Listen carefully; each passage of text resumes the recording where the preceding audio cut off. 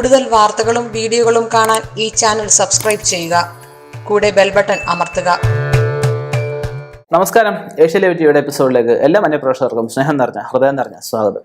ഇന്നത്തെ നമ്മുടെ വിഷയം എന്ന് വെച്ച് കഴിഞ്ഞാൽ, വീട്ടിലെത്തുമ്പോൾ മനസ്സുഖം കുറയുന്നുണ്ടെങ്കിൽ കാരണം ഇതാകാം.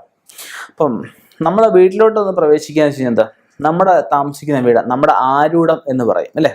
നമ്മുടെ വീട്ടിലോട്ട് നമ്മൾ വന്ന് കയറുമ്പോൾ ഒരു രാവിലെ നമ്മൾ ചിലപ്പം എന്തെങ്കിലും കാര്യത്തിനായിട്ട് പോയി വൈകുന്നേരം വന്ന് കയറുന്നു, പലവിധ ബുദ്ധിമുട്ടുകളൊക്കെ തരണം ചെയ്തായിരിക്കും നമ്മൾ വരുന്നത്. നമ്മൾ വരുമ്പോൾ എന്താ, നമ്മൾ കഷ്ടപ്പെട്ടതിൻ്റെ ഒരു പ്രതിഫലം അല്ലെങ്കിൽ ഒരു സാമ്പത്തികമായിട്ടായാലും നമ്മൾ വരുന്നത്. സാമ്പത്തികം ഐശ്വര്യമാണെന്നാണ് പറയുന്നത് അല്ലേ.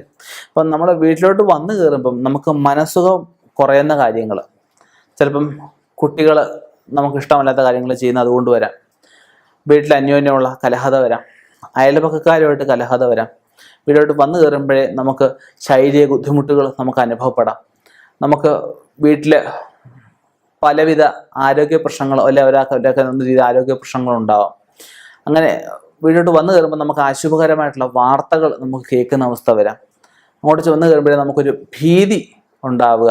ഒരാൾക്ക് അസുഖമില്ലെങ്കിൽ പോലും വീട്ടിലോട്ട് വന്നു കയറുമ്പോഴത്തേക്കും പലവിധ അസുഖങ്ങളുണ്ട് എന്നൊരു തോന്നൽ വരിക. ഇതൊക്കെ നമുക്ക് പല കാരണങ്ങളുകൊണ്ട് വന്നു ചേരാൻ പറ്റുന്ന കാര്യങ്ങളാണ്.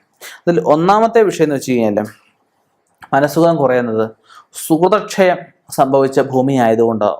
സുഹൃതക്ഷയം എന്ന് വെച്ച് കഴിഞ്ഞാൽ, ആ ഭൂമിയിൽ ആരെങ്കിലും മരണപ്പെട്ടിട്ടുണ്ടെങ്കിൽ നമുക്ക് ആ മരണപ്പെട്ട നക്ഷത്രപ്രകാരം എന്തെങ്കിലും ദോഷങ്ങളുണ്ടെങ്കിൽ അത് പ്രതിവിധി ചെയ്യാതിരുന്നു കഴിഞ്ഞാൽ ആ ഭൂമിയിൽ സുഹൃതം ക്ഷയിക്കും. എന്ന് വെച്ച് കഴിഞ്ഞാൽ നല്ല കാര്യങ്ങളൊന്നും സംഭവിക്കില്ല. എന്നും അനർത്ഥങ്ങൾ മാല പോലെ പുറമേ വന്നുകൊണ്ടേയിരിക്കും. അത് സുഹൃതക്ഷയമാണ്. നമുക്ക് ആ ഭൂമിയിൽ നിന്ന് ഇറങ്ങിപ്പോയാൽ ഒരു കാര്യം സാധിക്കില്ല. ആ ഭൂമിയിൽ നിന്ന് ഇറങ്ങിപ്പോകാൻ തന്നെ വലിയ ബുദ്ധിമുട്ടായിരിക്കും. അപ്പം അതൊക്കെ സുഹൃതക്ഷയം കൊണ്ട് സംഭവിക്കാവുന്ന കാര്യങ്ങളാണ്. രണ്ടാമത്, ശത്രുദോഷം. നമ്മുടെ ഭൂമി ആഗ്രഹിച്ചോ, നമ്മുടെ ഉയർച്ച ഉണ്ടാവരുതെന്ന് ആഗ്രഹിച്ചോ, നമ്മുടെ സാമ്പത്തികം നമ്മുടെ കയ്യിൽ നിന്ന് ഏതെങ്കിലും പല വഴിക്ക് പോകണം, നമുക്കൊരു സമ്പാദ്യശീലം ഉണ്ടാവരുത്. നമുക്ക് സമ്പാദ്യശീലം ഇല്ലാതെ വരുമ്പോൾ എന്ത് ചെയ്യും, പല കാര്യങ്ങൾക്കും സാമ്പത്തിക ബാധ്യതകളുണ്ടാവും. അപ്പം നമ്മൾ എന്ത് ചെയ്യും, കടം മേടിക്കും, പിന്നെ കടം കൊടുക്കാൻ പറ്റാതെ വരും. അവസാനം നമ്മുടെ വീടും വസ്തുവൊക്കെ ജപ്തിയായി പോകുന്ന അവസ്ഥയൊക്കെ വരും. അപ്പം അങ്ങനെയുള്ള പല കാര്യങ്ങളും ഉദ്ദേശിച്ചിട്ട് ചിലപ്പോൾ ഒരു വാക്കുകൊണ്ട് ഒരു ശത്രുത മറ്റുള്ളവർക്ക് ഉണ്ടാവും. അപ്പം അങ്ങനെയുള്ള ശത്രുദോഷം വന്നു കഴിഞ്ഞാൽ നമുക്ക് ഭൂമിയിൽ ചെന്ന് കഴിഞ്ഞാൽ നിൽക്കാൻ പറ്റാത്തവരുള്ള പ്രശ്നങ്ങൾ ഭൂമിയിൽ ഉണ്ടാവാം. ചിലർക്ക് വസ്തുവും വീടൊക്കെ നല്ല രീതിയിൽ ഉണ്ടാക്കിയിടും. എന്നും ഒരു യാത്രകളായിരിക്കും ഇവർക്ക് ചിലപ്പോൾ യാത്ര ഇഷ്ടമല്ലായിരിക്കും, പക്ഷെ എന്ന് യാത്രകൾ ഇവർക്ക് പല കാരണങ്ങളാൽ ചെയ്യേണ്ടതായിട്ട് വരാം. അപ്പോൾ ഈ പറഞ്ഞതുപോലെ തന്നെ ആ ഒരു വീട് തന്നിട്ട് അവർക്ക് ഉപകാരമുണ്ടോ, ഉപകാരം ഇല്ലാതെ വരുന്ന അവസ്ഥയാണ്. അതും ഈ പറഞ്ഞ അവസ്ഥകളൊക്കെ വന്നപ്പെടാറുണ്ട്. പിന്നെ ഉള്ളത് വാസ്തുദോഷം.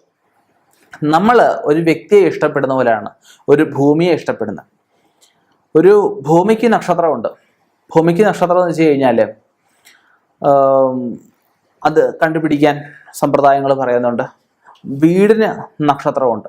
വീടിൻ്റെ നക്ഷത്രം കണ്ടുപിടിക്കാൻ സാധിക്കും.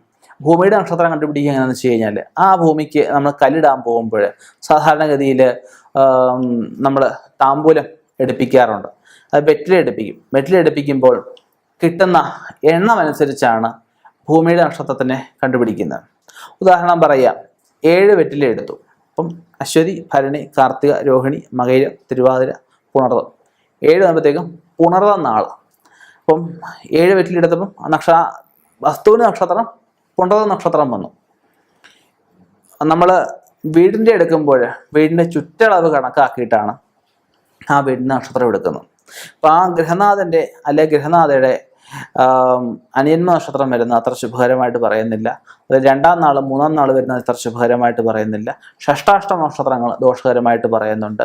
ഇപ്പം ഇങ്ങനെയുള്ളവയെ പെടാത്ത നാളാണ് ആ വീടിനെങ്കിൽ ആ വീട്ടിലെന്നും നല്ല രീതിയിലുള്ള സുഭിക്ഷമായിരിക്കും, നല്ല രീതിയിലുള്ള അഭിവൃദ്ധിയായിരിക്കും ആ വീട്ടിൽ ഉണ്ടാകുന്നത്. അപ്പം വീട്ടിന് ഓരോ റൂമിനും അല്ലെങ്കിൽ ഓരോ വസ്തുക്കൾ ചെയ്യുമ്പോഴും സ്ഥാനമുണ്ട്. ആ സ്ഥാനങ്ങൾ നിശ്ചയിച്ച് വേണം നമ്മൾ വീട്ടിൽ ചെയ്യാൻ. നനകലിനായാലും ബാത്റൂമിനായാലും കാർഷെഡിനായാലും പൂജാമുറിക്കായാലും എല്ലാത്തിനും ഓരോ ദിക്ക് പറയുന്നുണ്ട്. ആ ദിക്ക് അനുസരിച്ച് വാസ്തു നിയമപ്രകാരം ചെയ്തിരിക്കുന്ന ഒരു ഗൃഹം എല്ലാവർക്കും ഗുണകരമായിരിക്കും. ഇതിന് ഓപ്പോസിറ്റ് ആയിട്ടുള്ള വീട്ടിലാണ് നമ്മൾ താമസിക്കുന്ന രീതിയിൽ നമുക്കൊരിക്കലും അവിടെ കടന്നു കഴിഞ്ഞാൽ മനസ്വസ്ഥത എന്താണെന്ന് പോലും അറിയാൻ പറ്റില്ല. മറ്റുള്ളവർ മനസ്സുഖം കണ്ട് ദുഃഖിക്കാനേ കഴിയുള്ളൂ. അപ്പം നമുക്ക് വീട്ടിലെത്തുമ്പം മനസ്സുഖം കുറഞ്ഞുണ്ടെങ്കിൽ സാധാരണഗതിയിൽ പൊതുവെ ഈ 3 കാര്യത്താലേ വരാറുള്ളൂ, വന്ന് പെടാറുള്ളൂ.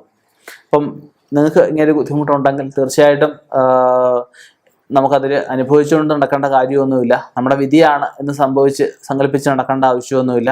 വിധിയെ വേണമെന്ന് വെച്ചാൽ നമുക്ക് മാറ്റിയെടുക്കാവുന്നുള്ളതേ ഉള്ളൂ. ആയിട്ട് നമുക്ക് സംശയങ്ങൾ എന്തെങ്കിലും ഉണ്ടെങ്കിൽ നമുക്ക് കമൻറ്റ് ചെയ്യാം. അടുത്ത എപ്പിസോഡ് നമുക്ക് ചെയ്യുന്നതായിരിക്കും. അല്ലാതെ കണ്ടിട്ട് നമുക്ക് വിശദമായിട്ട് ഇതിനെപ്പറ്റി അറിയണമെന്നുണ്ടെങ്കിൽ തീർച്ചയായിട്ടും ഫോൺ വിളിച്ച് ബുക്ക് ചെയ്തിട്ട് വരിക. നമ്പർ കൊടുത്തേക്കും നമുക്ക് ബുക്കിങ്ങിനായിട്ടാണ്. ഫോണിൽ കൂടെ നമുക്ക് പ്രശ്നങ്ങളൊക്കെ നോക്കണം, നേരിട്ട് വരാതെ നമുക്ക് സാധിക്കുകയില്ല. ഇനിയും ഇതുപോലെയുള്ള വ്യത്യസ്തമായ വിഷയങ്ങളുമായിട്ട് കണ്ടുമുട്ടാം. നിർത്തുന്നു. നന്ദി, നമസ്കാരം.